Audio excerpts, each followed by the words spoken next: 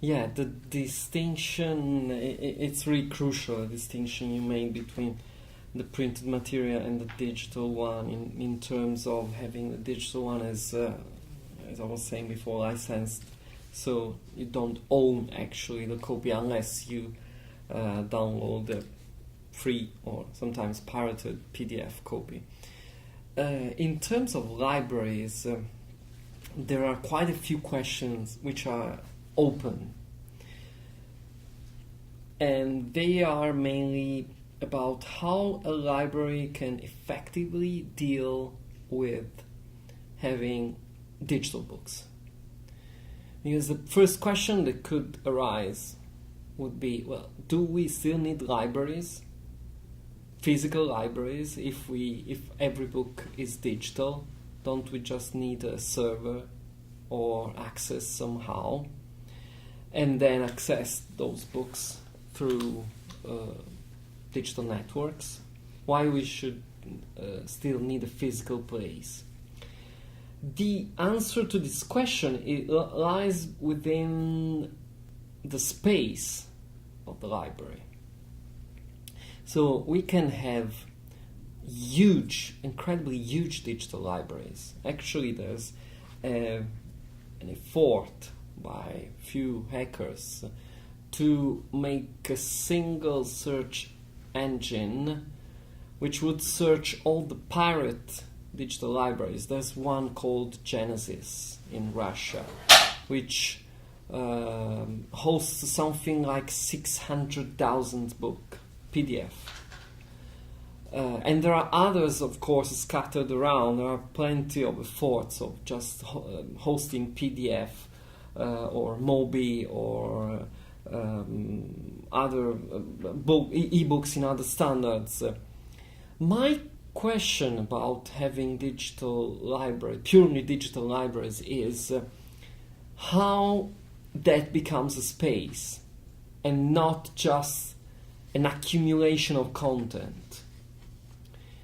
Because the space of the physical space of the library enable you to feel the amount of culture, the amount of content that is there. Not only you have also librarians, which can be really strategic and found what they are looking for, that are kind of editors of the content they have. And which you totally miss with digital. Digital libraries could have a different role in this case. And I still think that, to make it very short, physical books are meant to preserve content for longer time, to make it really easy to be accessed and really easy to be remembered somehow. Digital versions of those books, because if you think about PDFs, if you think about the digital version of the book, it's always a version. It's not a standard in itself. It's not a new medium in itself.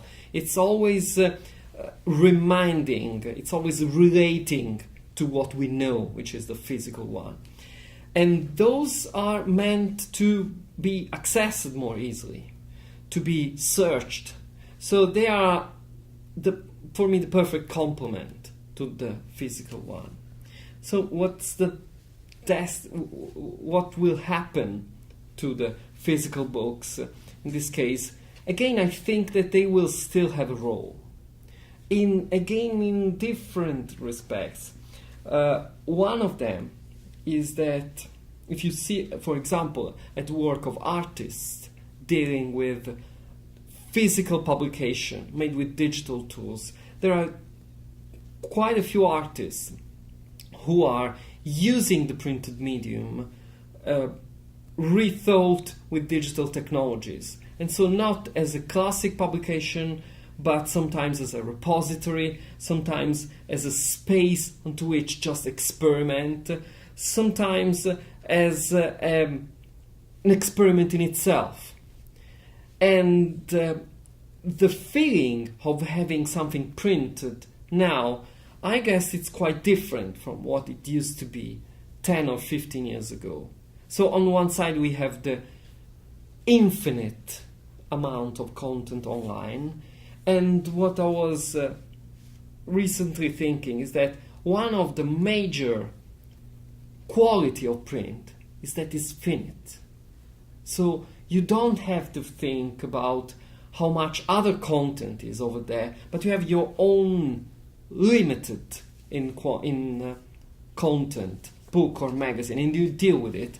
And we are genetically programmed to deal much better with this finite dimension than with the infinite dimension of the digital networked content. Again, it's always a question of a relationship. I would say, in abstract, a dialogue between those two dimensions. So on one side, I can still see a very strong role for printed publication, for their own qualities, and on the other side, a very useful and powerful role for their digital version or the newly created digital content.